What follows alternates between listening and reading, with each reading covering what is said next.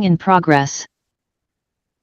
All right, it's wonderful to see you all. This is a benefit of doing the police announcements. This is exciting. All right, we are calling the meeting to order of the Provo Municipal Council, 5:30 p.m. Tuesday, September 5th, 2023. We have with us Councillor Hoban, Councillor Handley, Councillor Shipley, Councillor Ellsworth, myself, Councillor McKay, Councillor Whipple, Councillor Fillmore, and the Mayor, Michelle Kafusi. I am going to do the prayer. Dear Heavenly Father, we are grateful for this day, and we are grateful for all that are here, and we are so grateful for the future police and their promotions that we get to celebrate today. We are grateful for Wayne and his service to the city, and we ask to be judicious in our decisions and transparent for the public. And we say these things in the name of Jesus Christ. Amen. The Pledge of Allegiance will be provided by Councillor Rachel Whipple.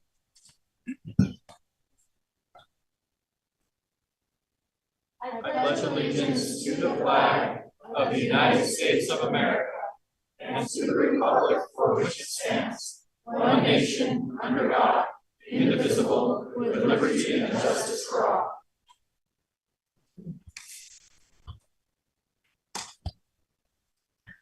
As indicated on the screen, a required public hearing will be held for certain agenda items prior to council action. After each such item has been presented, time to comment will be provided for all those who wish to speak. For items that do not require a public hearing, public comment will still be taken following presentation of the item, but will be limited to 10 minutes. At this time, up to 15 minutes have been set aside for an open public comment period, which is intended to allow comments on matters that do not appear on the agenda. Persons who speak during this time to an item that is on the agenda will not normally be afforded a second opportunity to speak during the comment period specific to that item. During any public comment period, each speaker will generally be limited to 2 minutes. Due to noticing requirements, no formal action will be taken in this meeting on matters that do not appear on the agenda. Those with comments are invited to approach the podium. Those participating on Zoom will need to use the raise hand feature to indicate they wish to comment. The chair may choose to alternate between in-person and online commenters.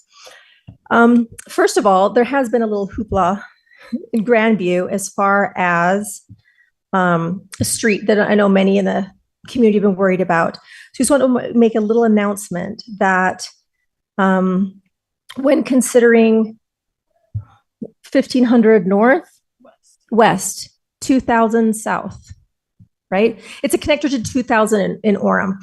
But the mayor is doing a town hall up at Grandview that will be at Westridge Elementary School on Monday, September 11th at 5:30.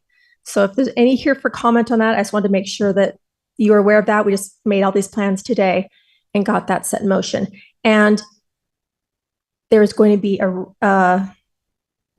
it's a turnaround. So instead of it being a through street, a connecting street, the mayor and the public works team worked with the developer to come up with a great solution that's a win-win-win for the city and the developer and the residents. And so it'll be a turnaround with a sidewalk / bike path that'll go through for connecting pedestrian and foot traffic and bike traffic, but no car traffic.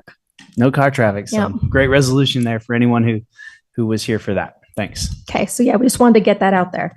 But right now, anyone who is interested in giving public comment is welcome to come up. We just ask that you please state your name and your city of residence.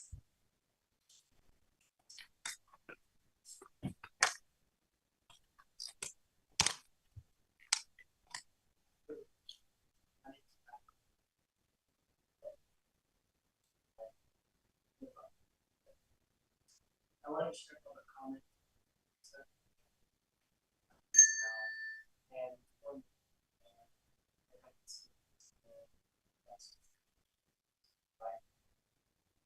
Seems like there's at least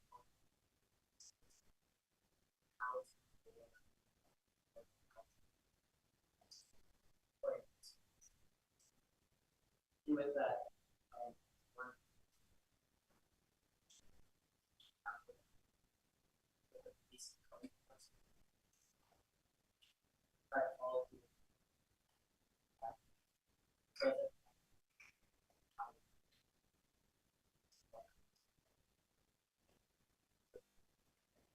Wow.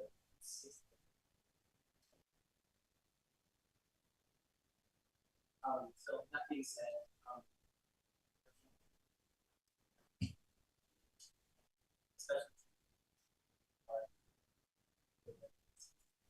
personally,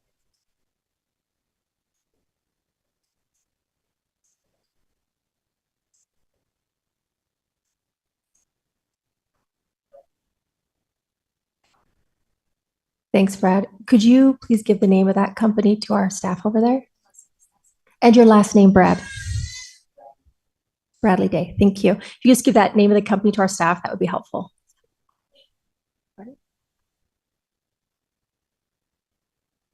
All right. Any more public comment? Okay. We are going to do the Provo Police new officer badge pinning today, and we are excited for that. And it will be presented by our Chief Beebe.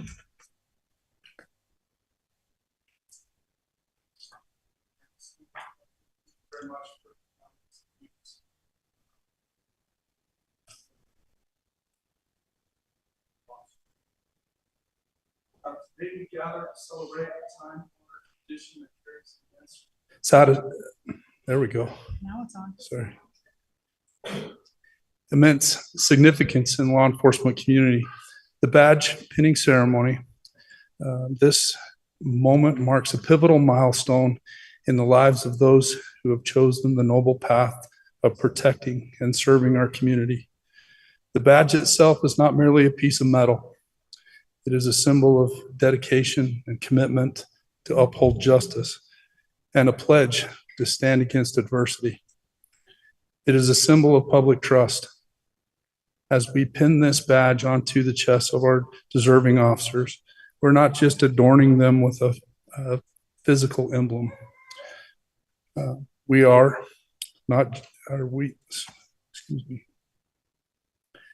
acknowledging the weight and responsibility they're willing to shoulder. I will add the weight and responsibility their families will shoulder having them wear the badge. By having a family member pin the badge on an officer's uniform, it is essentially the loved one adorning their support and dedication to their officer, giving them to the city for their service. Receiving a badge as an officer embodies a profound commitment and responsibility. It symbolizes the trust placed in an officer by its citizens to uphold the law, ensure justice, and safeguard our liberties. The badge serves as a reminder of the noble duty to maintain peace, uphold rights, and make selfless sacrifices to ensure the exceptional care of our exceptional community. I'd like to call each officer up. I'd like them to bring their loved one with them. And as I'm reading just a very quick bio of each officer, their loved one will then pin the badge on. Then I'd ask that the officer remain standing up here and their loved one may be seated after the pinning. Okay. So Sean, I'm going to mispronounce this. Help me out. Discretional, please help me out. Say it. Cristofano. Thank you. Thank you. Thank you. Sean was born and raised in Pleasant Grove. He's a dedicated individual whose journey took him through the rigorous training of the police academy. With determination, he successfully completed the demanding program while working a full-time job. His hard work and dedication were recognized when he received the Director's List Academy Academic Award for having the second highest score in his class, a testament to his excellence in both the theory and practice of law enforcement. Amidst his professional accomplishments, Sean's life took a heartwarming turn when the arrival of his baby girl while in the final weeks of the academy. Balancing the responsibilities of fatherhood with his law enforcement career, he continues to demonstrate the same level of dedication and devotion to his family as he does in the service of his community.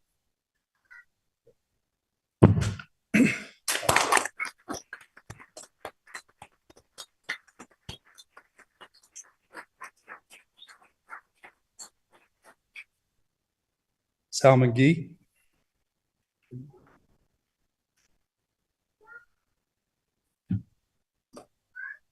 Officer Gee was born in Provo, but grew up in Michigan, Germany, and Washington State.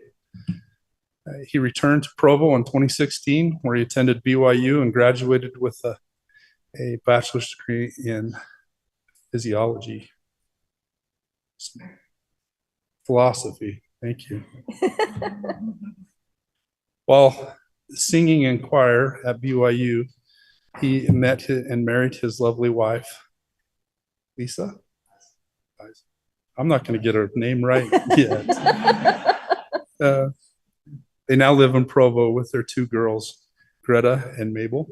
I got that right. Most of Officer Gee's free time is devoted to reading stories and pretending to be Mickey Mouse. But whenever he has anything left in the tank, he enjoys cooking, gardening, singing, and games of all kinds. He initially started his career in law enforcement as an operational support technician at the Salt Lake FBI field office, where he worked 2 years. While there, he gained a great appreciation for the importance of protecting innocents and preserving the rule of law. He is determined to make serving his community in Provo his priority and is excited to contribute his time and talents.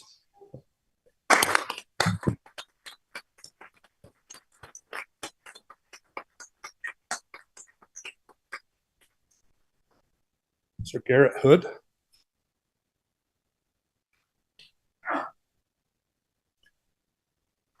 Garrett was born in Riverside, California, but was raised in Saratoga Springs. He loves playing soccer and has played competitively most of his life. In October of 2021, Garrett was accepted into the Transportation Security Administration and went to the Federal Law Enforcement Training Center in Georgia. He graduated top of his class as a TSA officer and started working with the TSA at the Salt Lake City International Airport. While at TSA, he received numerous commendations for stopping people trying to carry firearms and other weapons onto planes, as well as his overall performance that consistently exceeded standards. Due to his desire to challenge himself and serve the people of Utah, he felt a strong pull to become a law enforcement officer. Garrett was accepted into Provo City Police Department as a cadet. Once Garrett graduated from Post Academy, he successfully completed his FTO process to become a patrol officer with Provo. Garrett considers Provo City his community and is very excited to serve and protect his citizens.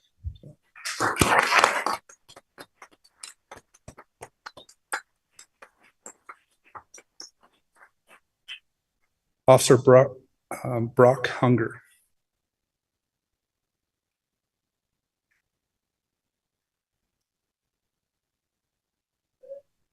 Brock was raised in Iowa and has lived in Utah for the past 3 years. He graduated from Iowa City High School in 2017 and later served an LDS mission in Argentina, where he learned Spanish. He is currently attending BYU part-time and will receive a degree in Spanish and legal studies. Outside of work, Brock enjoys spending time with his wife, Barbara, and daughter, Scarlett.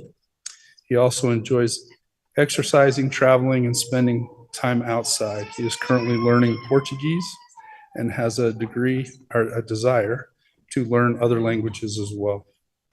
Brock enjoys helping others and is excited to start his law enforcement career with Provo City. He looks forward to learning from other officers and leaders as he strives to be the best police officer he can be.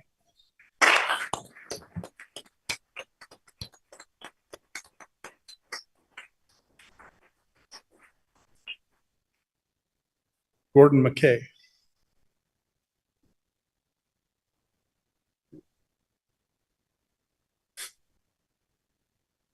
Gordon McKay was born and raised in Utah. He graduated with a bachelor's in public relations from Utah Valley University. He has been in the Army National Guard for 7 years, deploying in 2018 as a military intelligence analyst with the 65th Field Artillery Brigade. On his deployment, he was assigned to Special Operations Joint Task Force doing target deployment. He was recently commissioned as a second lieutenant in the U.S. Army National Guard on July 3rd, 2023, as an aviation officer. Gordon enjoys sports, particularly BYU football. He loves learning about history and has many favorite movies. Currently, he is writing a historical fiction novel about early American age of sail. Gordon finds the most rewarding time in his life are when he is in the service of his country and community, which has guided his career decision to join Provo PD. He is excited to begin his law enforcement career in this great community.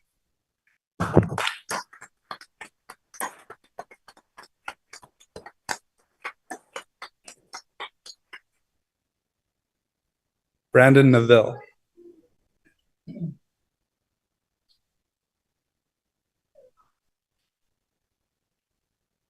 Brandon was born and raised in Oregon, has now lived here in Provo area for the past 5 years with his wife, Katie.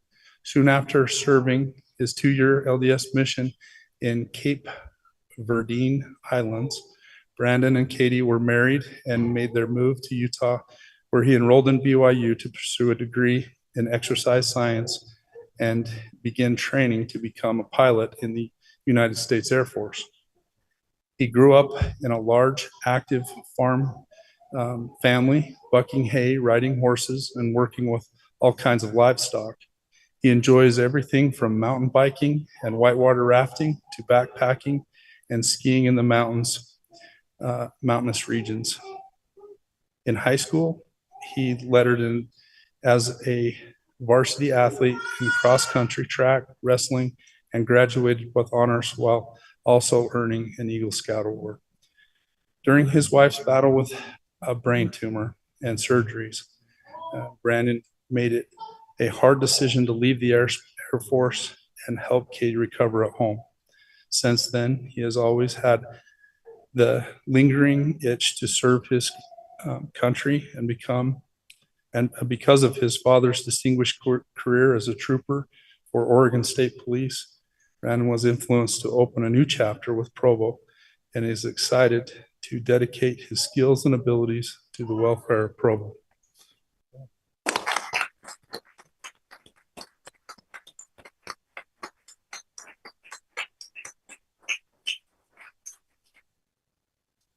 Hunter Sibley.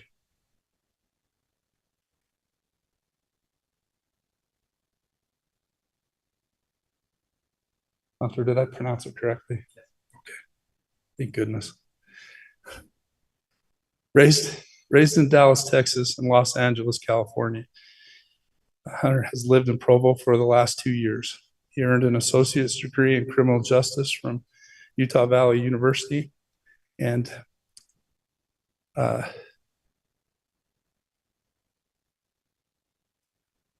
think it's concentration on national security.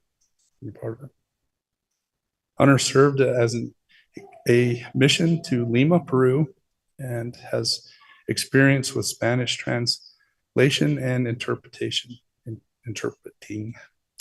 In his personal life, Hunter enjoys spending time with his family, hiking, playing sports, and attending music and sporting events. He is expected to graduate from Utah Valley University with a bachelor's degree in criminal justice and the minor in national security studies in August of 2024. Hunter's desire to become a police officer comes from law enforcement role models in his family, a passion to help other people, and a willingness to put his life on the line in the protection of others. As a resident of Provo, he is excited to serve a community that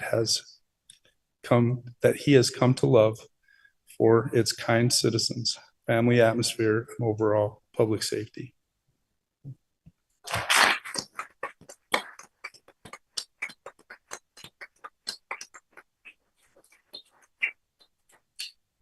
And Courtney Stelmack.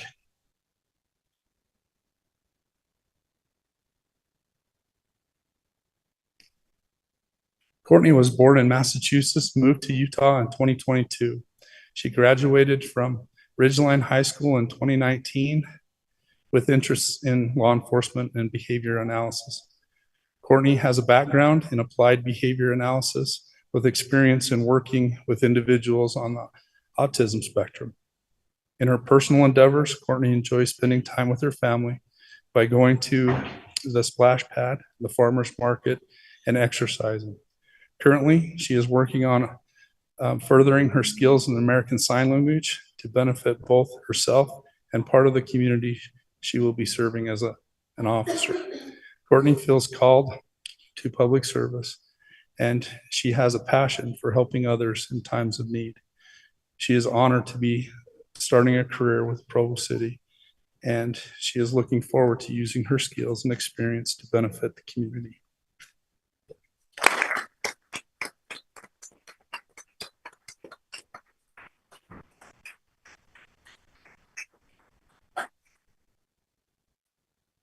This is an impressive group.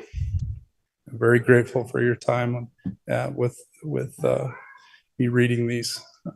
And right now I'd like to have our city reporter, Heidi Almond, come and swear them in.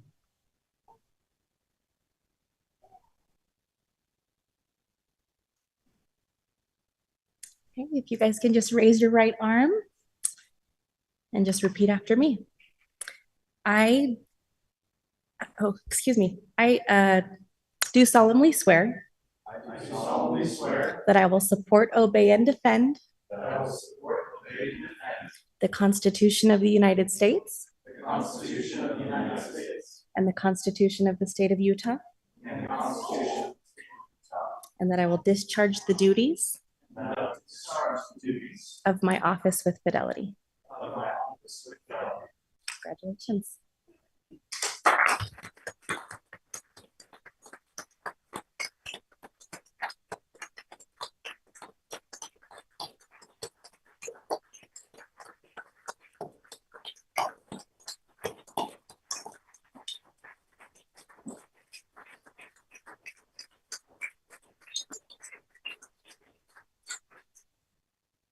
Again, I'd like to thank the council for allowing us to be here tonight. I would like to excuse the families and the officers. We'll meet in the community room for light refreshments there. And again, thank you. Thank you, Chief. That was wonderful. I have to admit that made me emotional, but it's wonderful to see how exceptional our officers are here in Provo and their background and their passion for service. And we're so grateful.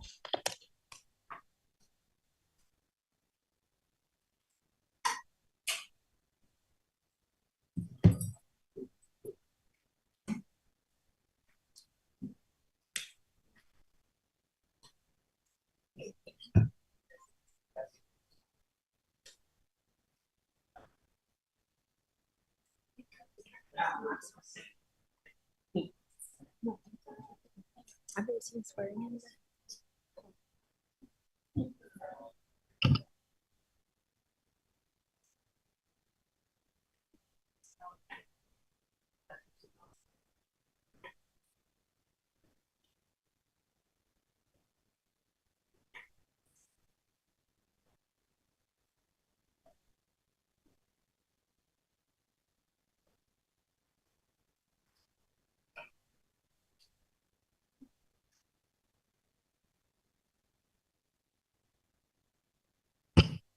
All right.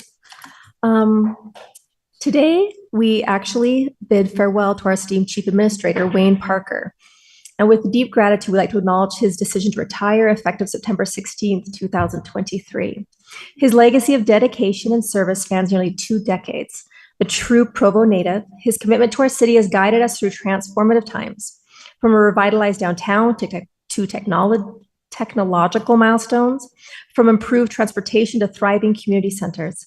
His ability to lead has helped shape our progress as a city.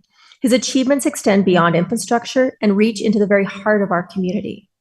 Today, we don't simply bid farewell to a chief administrative officer, but to a friend.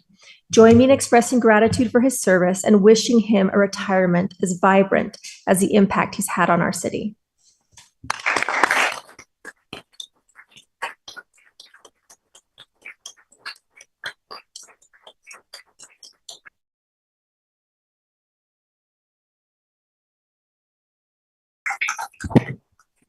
Okay, counselors, let's join Wayne down here for a picture.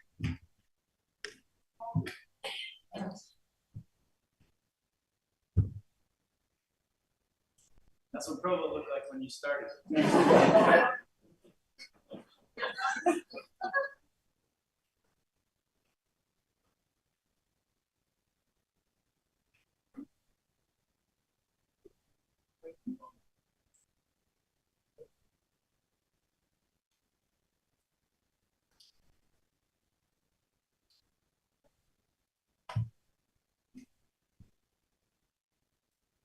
Even like that.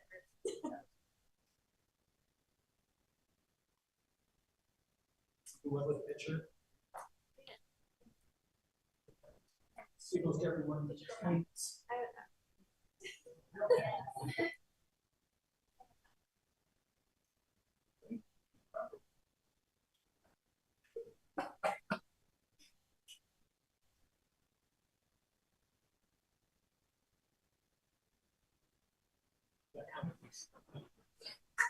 Video.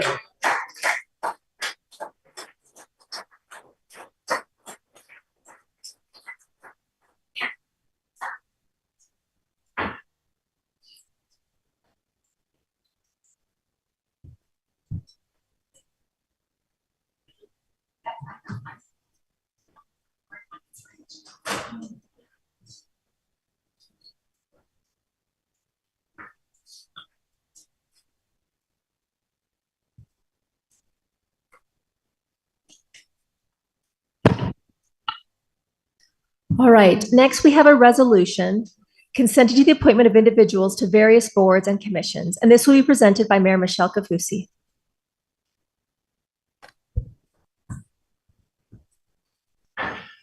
Chair McKay and Vice Chair Whipple, members of the Municipal Council, I am recommending the following appointments to Provo City boards and commissions as indicated below and submit this for the council's advice and consent.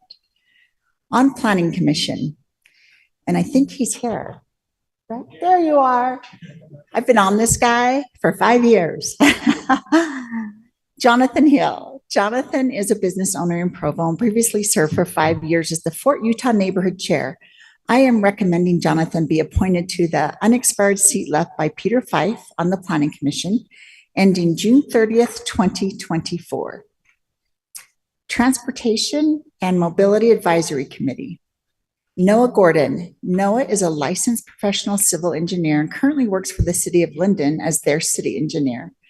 I am recommending Noah be appointed to a 3-year term on the Transportation and Mobility Advisory Committee, ending June 30th, 2026. Noah would serve as an alternate initially, then effective January 1st, 2024, switched to fill the District 4 seat. And then Housing Authority. Jennifer Wilson. Jennifer currently works in the Philanthropies Department at the Church of Jesus Christ of Latter-day Saints and is an MPA candidate at BYU. I'm recommending Jennifer be appointed to the unexpired seat left by Doug Gell on the Housing Authority ending June 30th, 2024. Thank you. Thank you, Mayor. Any council discussion? I know I'm really excited about Jonathan Hill. He'll be very good. Always been a good contributor to the city issues. All right, we'll call for a vote. Councillor McKay, yes. Councillor Whipple? Yes. Councillor Ellsworth? Yes. Councillor Fillmore? Yes. Councillor Handley? Yes. Counselor Shipley, Yes. and Counselor Hoban. Yes. All right, that's unanimous. Thank you. Next, we have an applied motion on a resolution approving the appropriation of $1.5 million to the legacy CIP for a fire station and approving a related transfer from the general CIP fund. This will be presented by Isaac Paxman. Thank you. For our public who may be watching here or at home, this is a discussion of funding a new fire station where the old one was on the old City Hall property. This is at 300 West and 100 South. That's the corner we're talking about. And we have here, I'll try one more time and then there we go. Thank you. We have here a rendering of what this would look like on the corner there. We can move to the next slide if someone's helping me with that. Thank you. Here's a look from the back. We've been saving some money for this all along. We took $3.5 million from CARES Act funding savings, and then $1.5 million from ARPA money. This is all federal money that we were able to put towards this project. Running theme of a lot of what's going on in the city right now is that the city's been able to get a lot of federal money and state money and county money to fund a lot of great projects that'll benefit Provo residents without having to pay for them entirely from our tax revenue. So we're grateful that we have these funds and that we've been able to do some great projects. We'll go to the next slide.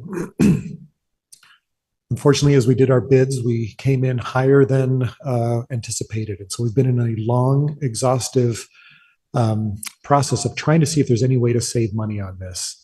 And the council member heard before that through a series of meetings, we are not finding any way we can really save on that, which is a credit mainly to Chief McGill and Chief Hedman in their initial design.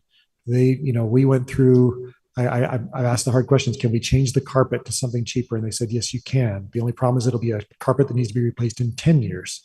And that didn't sound like a good idea. We could save maybe $1,000 if we change the pipe so that every time someone flushes a toilet, you'll hear it running through the ceiling. And boy, so we've looked at everything we could possibly think of and could not find a way to really reduce the cost. But we're very thrilled to have a very respected contractor, Paulson, who's been the low bid and been vetted and is going to be a wonderful partner to work with. They've been very helpful to work with us on anything we possibly can do. And where we can find little savings that won't harm the quality. One of the Provo pillars is safe and sound. We need a safe and sound fire station. We don't need it to be the fanciest or the nicest, but we need it to be safe and sound. And that's what we're going to get on this one. So we'll go to the next slide. So with the total of everything pulled in, we are at 6.49 million and additional numbers there that you can see on the screen. So there's an overage of 1.5 million. We appreciate the discussion earlier today where we've found the right source of funds that the council feels comfortable with. And so we are now asking to go ahead and make the appropriation that'll allow us, given inflation and given that for this fire station to do what it needs to do, it needs to be bigger than the last one. It needs to have extra bays so that in time, when we have the ability, we will be able to have additional firefighters on the ground. The council heard previously in a separate presentation that most calls for services are around this area. And to date, we have not had a fire engine in Fire Station 1. We've had an ambulance, which is wonderful, but we'd like to have, and our consultants tell us that we ultimately want to have a fire engine here at Fire Station 1. So this will be a fire station that can handle that when we're ready to staff it, and we're working on that. And with that, we appreciate the council's support for this resolution that would provide 1.5 million to make sure we can build the fire station that we need. Unless there are any questions, Thanks, Isaac. Any questions for Isaac? All right, thank you. And we will open this item up for public comment. All right, seeing no public comment, we will have a council discussion. Anyone have anything they'd like to discuss? Councillor Ellsworth? Yeah, just for the benefit of anyone watching online, we discussed this at length earlier, specifically the source of the funding. But I didn't hear anyone say anything against the necessity or value of this fire station, and I'm supportive of building a quality fire station to serve Provo. All right, we will call for a vote. Counselor Whipple. Yes. Counselor Ellsworth. Yes. Counselor Fillmore. Counselor Handley. Yes. Counselor Shipley. Yes. Counselor Hoban. Yes. And Counselor McKay, yes. So that's unanimous, 7-0.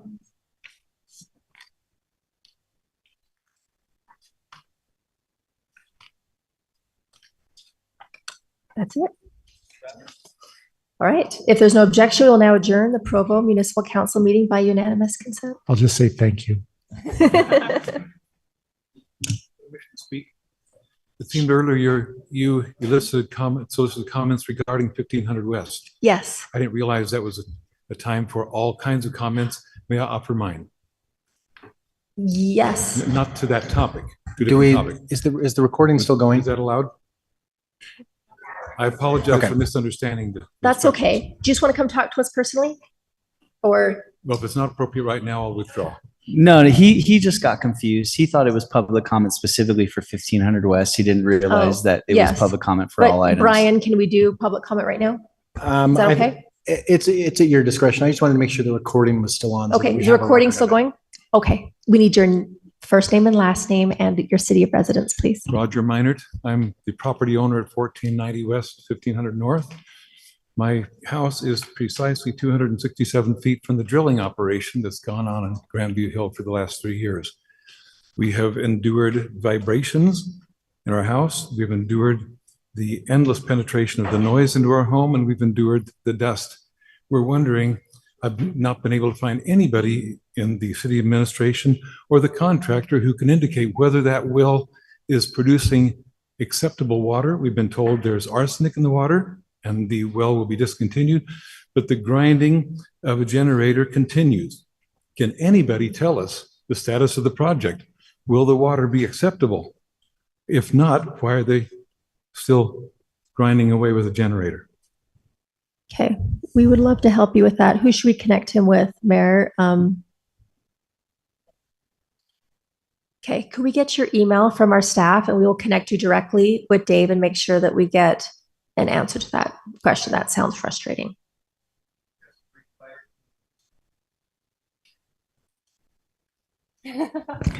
I'll stick around and we can talk too.